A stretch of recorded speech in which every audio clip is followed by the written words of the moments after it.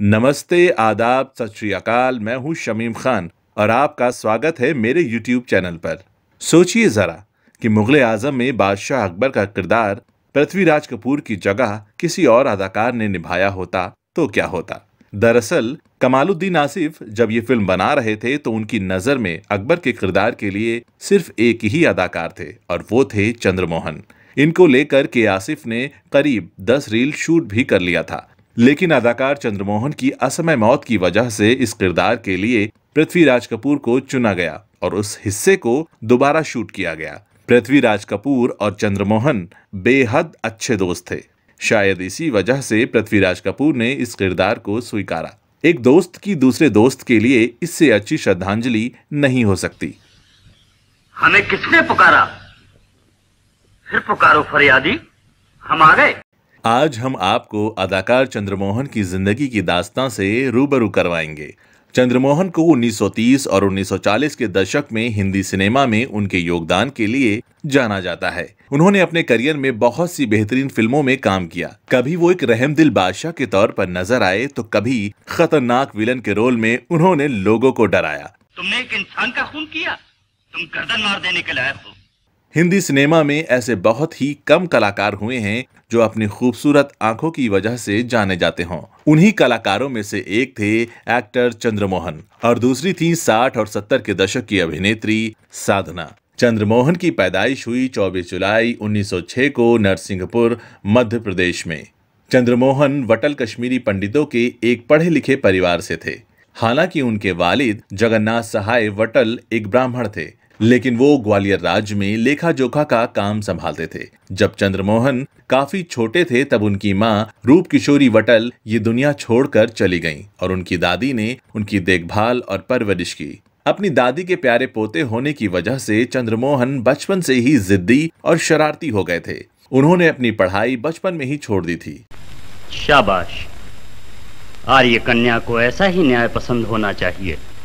लेकिन फिल्मों में आने के बाद उन्हें शराब, घुड़दौड़ के साथ साथ रिसर्च करने की आदत पड़ गई। उनके पास उर्दू संस्करणों के साथ साथ अंग्रेजी पांडुलिपियों का फर्स्ट क्लास का कलेक्शन था। कम पढ़े लिखे होने के बावजूद वो अंग्रेजी बहुत अच्छी तरह से जानते थे। फिल्मों में आने से पहले उन्होंने अलग अलग जगहों पर तरह तरह के काम किए। इनमें से एक था फिल्म एलोकेशन डिपार्टमेंट। इसी वजह से फिल्मी दुनिया से ये जुड़े।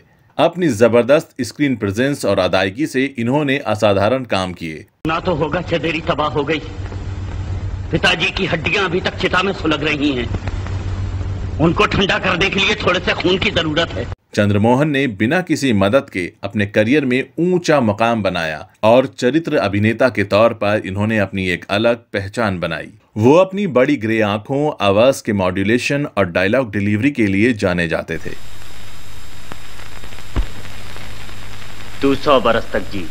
1934 में रिलीज हुई वी शांताराम की फिल्म अमृत मंथन की शुरुआत चंद्रमोहन की आंखों से होती है। एक कलाकार के लिए इससे अच्छी बात और क्या हो सकती है, वो भी तब जब ये उसकी पहली फिल्म हो। ये नव स्थापित प्रभात फिल्म्स स्टूडियो में बनी पहली फिल्म थी जो हिंदी और मराठी दोनों भाषाओं में बनी थी। चंद्रमोहन को राजगुरु की भूमिका के लिए बहुत तारीफें मिली। अमृत मंथन के बाद उन्होंने कई फिल्मों में काम किया। उनकी कुछ बड़ी हिट फिल्में इस तरह से हैं: धर्मात्मा, अमर ज्योति, शहीद, द्रौपदी और शकुंतला।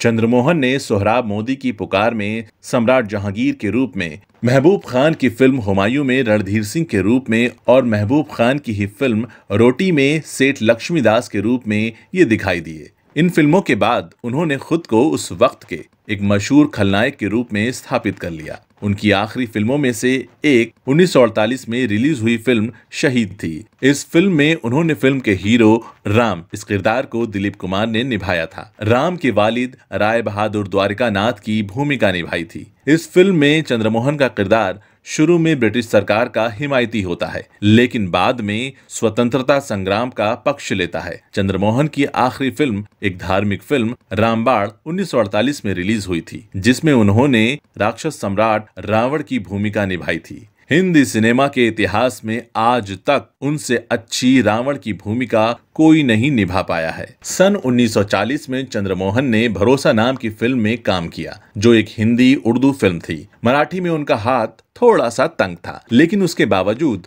उन्होंने 3 से 4 मराठी फिल्मों में काम किया। उनमें से 2 फिल्में थीं आपले घर और गीते। इन्हें बाद में हिंदी में अपना घर और गीता के रूप में फिर से बनाया गया। फिल्म अपना घर में उनके डायलॉग ना के बराबर थे, लेकिन इन्होंने आंखों के हाव भाव के अत्यधिक उपयोग के साथ खुद को व्यक्त किया और एक कठोर व्यक्ति की असाधारण भूमिका में अपना स्थान छोड़ दिया। छड़कना, लेकिन हुमायूं के खून का टीका लग जाने के बाद। शांता आप्टे ने इस फिल्म में उनकी पत्नी की भूमिका निभाई थी। मार्च 1949 के दौरान वो थोड़ा बीमार रहने लगे।